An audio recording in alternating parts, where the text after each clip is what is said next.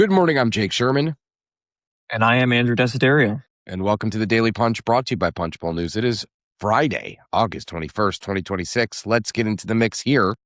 Are your Washington headlines of the day? Number one, who will be Trump's next top Hill lobbyist? Number two, AOC's Delicate Balancing Act. And number three, it is a fundraising filing day. Let's get into it, Andrew. Thank you for being here, filling in for Anna on what is our last day of before our August recess. We take a week off every August and shut down the company, give people a chance to recharge and refresh. I don't know if it always works for everybody, but I try my hardest to recharge and refresh, and something usually gets in the way. The top story this morning, number two in the newsletter, James Braid's departure as White House Director of Legislative Affairs leaves a big gap in Donald Trump's Hill operation. Braid is leaving in September, Andrew, ahead of the midterm election, and Trump needs somebody soon. What do you think he needs in a legislative affairs chief on Capitol Hill? First off, you did a good job kind of laying it out this morning, Jake, in terms of the different types of operator that Trump could select for this critical job. I view it largely as a cleanup job, clean up on all Trump, if you will, because there are so many times that the president just totally blindsides Congress, particularly the Senate lately, that this person has to be the one who comes in and cleans up the mess, essentially, right? And so it's about, yes, knowing how the Hill works, having a good relationship with the president, with the vice president, as James Braid did, of course, as well. But it's also about being able to manage those conflicts and also manage a difficult relationship right now between Donald Trump and John Thune.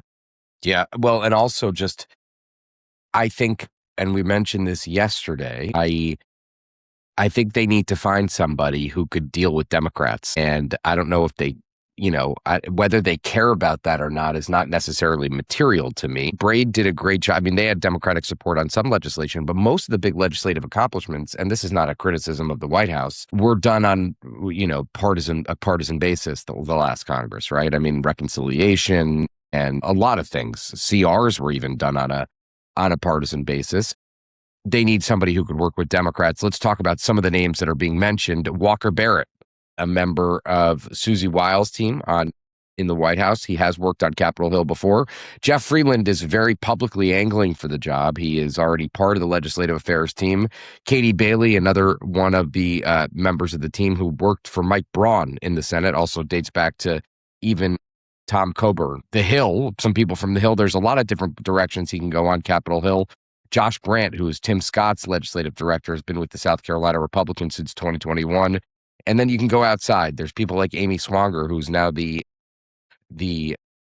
one of the top people at John Deere's DC operation, or government affairs operation rather, who is served in the role before. Ben Howard also was in OLA in the first Trump administration. Key member of that team during the first Trump administration, and Tommy Andrews, another OLA veteran. I think my guess is they're going to go with a temporary solution until the beginning of the next Congress. Andrew, you have any thoughts? Yeah, I think that's probably right, Jake. You've got the lame duck period coming up, and then, that's going to be the sprint to the end of the year, and then the new Congress coming in. I think it's pretty likely, one would say, that there's going to be a change in control in at least one chamber. And so managing that job in a Republican trifecta is much different than trying to do it when there is at least one chamber of Congress controlled by the other party. Yes, I think that's the lame duck is going to be critical to get, and it's going to be critical to have somebody in the role in some way, I would say. And especially if they want to do reconciliation 3.0. Or maybe 4.0. We'll have to see how that works. Yeah. I don't know if it will. All right, Andrew, tell us about AOC's Delicate Balancing Act, the number two story of the morning with a Detroit Dateline. Yeah, so it was really interesting when I was in Michigan last month, Jake, covering the Democratic primary for Senate there. And AOC really was trying to, I would say, distinguish her message from that of Bernie Sanders and Abdul El-Sayed and some of the other speakers at that rally in Detroit, where she was speaking on behalf of course, Abdul El-Sayed right before the primary. She was she was really focusing hard on making sure that the people in that room knew that regardless of the outcome of the primary, they had to go out and vote for Democrats in November. And I think that was a clear nod, of course, to this tendency progressives have to, talk about candidates and issues in ways that end up undermining the Democratic Party writ large in November. It's, sort of the Bernie would have won crowd from 2016. And so she is doing what is frankly smart of her to do, which is to keep one foot in the progressive movement like she always has. She's a product of that movement, obviously, and keep another foot in that leadership bucket, which is to say that, she's going to closely align herself with the leadership and helping to elect Democrats of all stripes. She had a line in one of her speeches that saying that,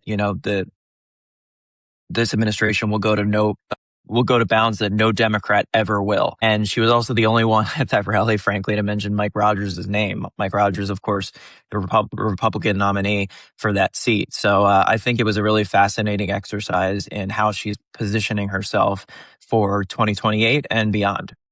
I'd also say, Andrew, a few thoughts. Number one, not only is she a part of that movement, she was probably one of the founders of this movement. She was she in 2018 took out Joe Crowley, right? She is somebody who went after a senior veteran Democrat in leadership and beat him. Then there's the question we always ask, Andrew, what does she want? Does she want to be president? Does she want to be a senator? If Chuck Schumer doesn't run again, she'd be in pole position, I would say, for that nomination.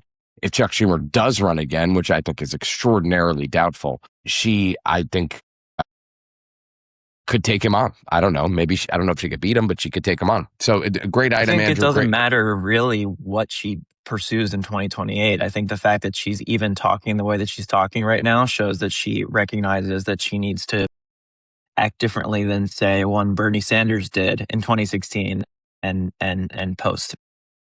She's 36 years old. You know what I mean? So she could be in the Senate for 50 years is what you're saying, She Jake. could be in politics for another 50 years. I'm not sure she wants to be, but she could be. Anyway, Let's move on to the number 3 story of the morning, fundraising. A couple things to note. The DCCC raised $12.3 million in July. The NRCC raised $7.9. The House GOP arm had $92.4 million in the bank, about 12 more than Democrats. The DS outraised the NRSC $10.5 million to $9 million. The RNC, Andrew, just continues to destroy the DNC in fundraising. DNC raised $9.2 million, had $16 million banked, and $17.9 in debt. That means they're underwater. RNC raised $19.4 million and ended July with $130 million in the bank. MAGA Inc. has a whopping $403 million banked. The big question, Andrew, is will they spend that, and where will they spend that in the midterm? Yeah, I think Texas is what everybody's focusing on. You've seen John Thune and other Senate Republican leaders essentially say, look, you guys have saddled us with Ken Paxton as our nominee in that Senate race. And so, you've got to spend your money to help get him elected. And they certainly have a lot of cash to do that. And Texas, as we know, is a very important state, obviously, but it's a very expensive state to spend money in when it comes to campaigns. All right. And with that, leave us a rating and review. You can subscribe to Punchbowl News at punchbowl.news. Have a great day. Stay safe. Have a great week. We'll see you back in 10 days.